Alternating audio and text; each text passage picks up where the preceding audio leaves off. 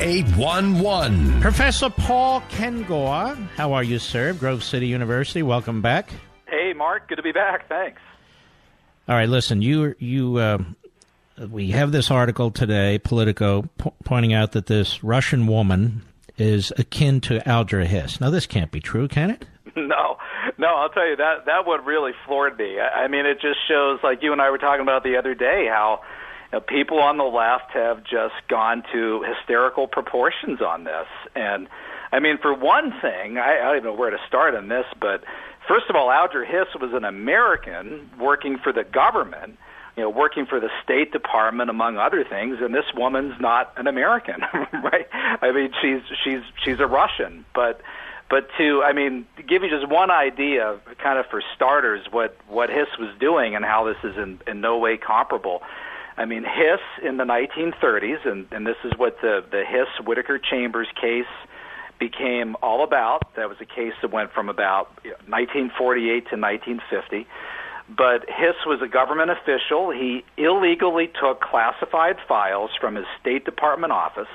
What he would do, Mark, is he would wait till the end of the day when everybody had left and there was maybe a secretary there who trusted him, and he would put the documents in his briefcase, and then he took these documents home and he gave them to his wife, Priscilla. And then Priscilla would type up duplicates of these documents, these classified documents, and then they would be delivered to the Soviets, and then Hiss would bring them back the next morning. And the courier, if you will, who did this was Whittaker-Chambers. And Chambers, who, and this is right out of the biography of Whittaker-Chambers by Sam Tannenhouse, the old New York Times guy who's a liberal and a very good historian, wrote a really good biography of Chambers. But Chambers said under oath that he was a courier for these documents from Hiss, quote, at least 52 times, unquote. And Chambers would take these to a Soviet agent named Boris Bykov, who would then deliver them to the Kremlin. So this Mariaa Butina, who, I've read what they've said about her, and I'm trying to figure out what exactly she did that was so nefarious. But I can tell you this: she didn't do nearly anything as bad as what Alger Hiss did to his government in the 1930s and 1940s. It is amazing because even in this Politico article, you don't know what she did. He doesn't Right. tell us what she did, and he really doesn't tell us what Hiss does in any significant way, does he? No, he really doesn't. I mean, I guess to his credit, he gets a lot of the Hiss sort of basic facts right, but it's kind of what he does with them and where he goes from there that's the problem. But it's off the top of my head, but I think he pointed out that Hiss went to jail for about 4 years, right? I think he was convicted in 1950. He was convicted for perjury. These are the kind of details that are in there. And where did he perjure himself?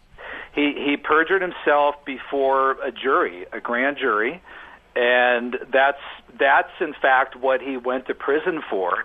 And probably the only funny thing that Hiss ever said or did was he said that 4 years in a federal prison in Lewisburg, Pennsylvania, was an excellent corrective to 4 years at Harvard.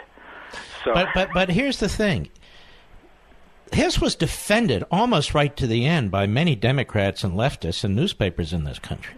Oh, yeah. No, it's absolutely right. They thought he was railroaded. Yeah, they did. There is an Alger Hiss chair, or at least there used to be at Bard College.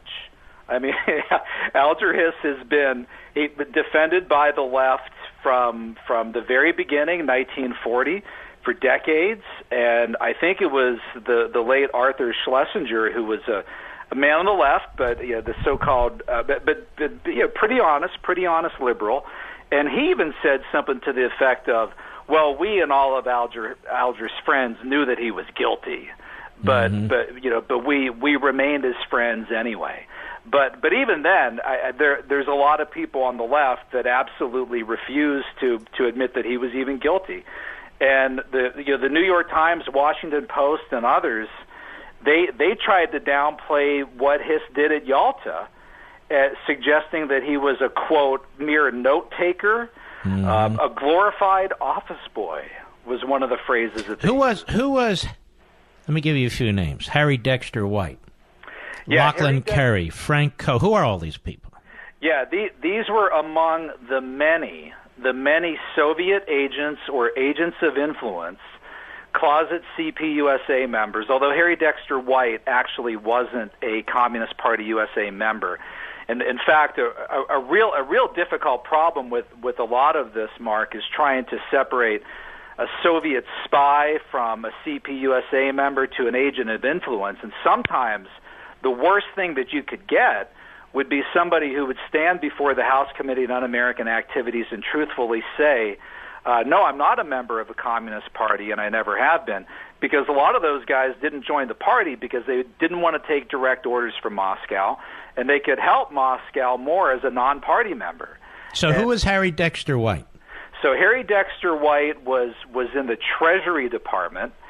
He just major influence on behalf of the Russians and the Kremlin, many different ways, was called to testify for it, I think, in 1946, and pretty much lied through his teeth in that testimony, and then died of a heart attack very, very shortly after that. But he was one among many. Well, let's go through some quickly before we run out of time. Yeah. Lachlan Curry, who was that? Lachlan Curry, another one.